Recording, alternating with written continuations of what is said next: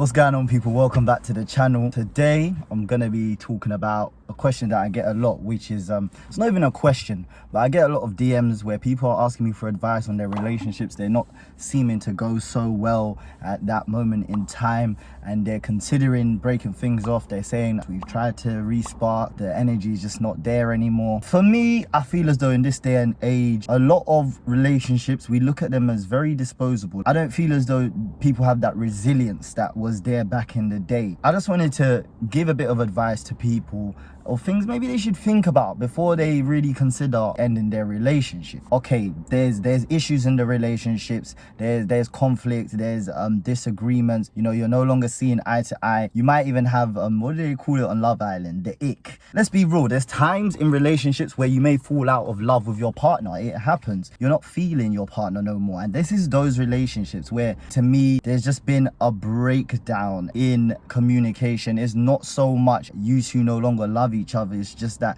you two are no longer working for each other. You two are no longer investing in each other, trying to learn about each other. See, now the big issue of a lot of relationships nowadays is the fact that, number one, social media makes us think as though it's all lovely roses. Like, wow, hold on one second, let me quickly see if I can flip this, blood. As I'm talking about relationships, look at them. See, they're in love. But anyway, that's what I was saying, yeah. When there comes conflict in a relationship, they start to see it as them and their partner, they're growing apart. They see it as them versus their partner because there's disagreements. You know, you see one side, they see another side. We really need to start to program our minds and change the way we see conflict. Conflict should be looked at as an opportunity to grow, to learn more about your partner. This is how you create longevity in a relationship, because you stop looking at conflict as you versus your partner and you start seeing it as you and your partner versus the problem. There's the big saying, teamwork makes the dream work, and at the end of the day, the dream is to have a healthy, long relationship. You have to work as a team. Even when there is an issue, it's your relationship versus the issue.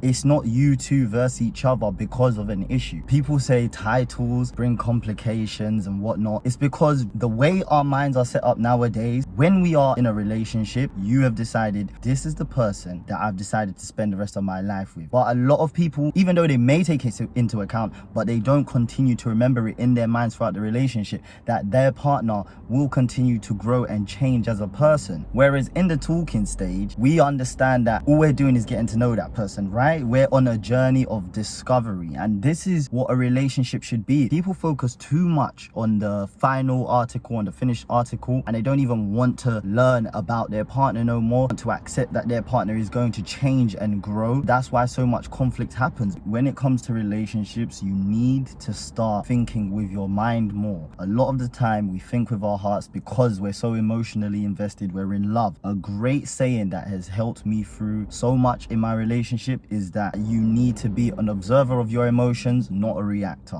When you feel these emotions, instead of instantly acting on them and making a permanent decision based on a temporary feeling, take a step back and first ask yourself, because you are responsible for making this relationship work. Let's say, for example, my partner's having a bad day. You need to make that day good for the both of you. It's not always going to be 50-50. Don't always expect your partner to meet you in the middle. So when I say be an observer of your emotions, I mean take a step back and then ask yourself, why am I feeling the way I'm feeling? It doesn't matter what your partner does to you. It's how you choose to interpret it. It's how you choose to process it. If you're feeling negative about the relationship, if you feel as though things aren't going well in the relationship, in your mind, you've decided this is how I want to feel about it. Instead of saying, this isn't great, but we're going to work through it, this is how we're going to fix it. Take control, take responsibility.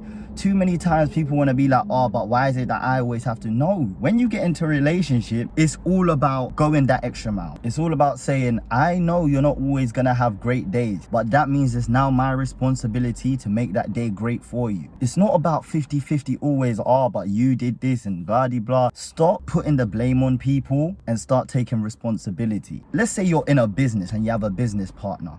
Now, let's say say your business partner isn't pulling their weight. Yes, you're gonna pull them up on it and say you're not pulling your weight, but does that mean you're gonna sit there and wait for them to start pulling their weight and risk the business going into bankruptcy or whatever? No, you're not, because at the end of the day, you care about that business flourishing. You're gonna make sure you go that extra mile to keep this business afloat, because this is what is stabilizing you in life. Your relationship should also be stability in your life, and that means you need to be dedicated to making it work even when your partner isn't doing all they can to make it work. And if you adopt that mentality, your partner will then look at you and say, okay, do you know what, I've been a rubbish partner, but they've still been there riding out, and they're going to mirror your behavior. So before you end your relationship, stop thinking about your partner, stop thinking about they don't do this, they don't do that. Start thinking about, have I done this? Have I done that? Have I tried to make this work as much as I can? What more can I do? Put all of that into action. And if your partner then doesn't mirror everything that you're doing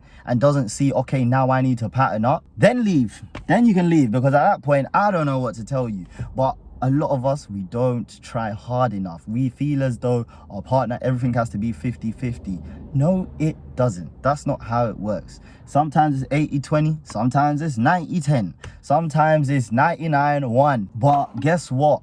Even when they give you that 1%, if you're giving them 99%, at some point it will balance back out. I hope you enjoyed this video. All you lot in relationships that have been, you're not too sure, take this in, man, and I hope it helps you. Really take it in and really understand it.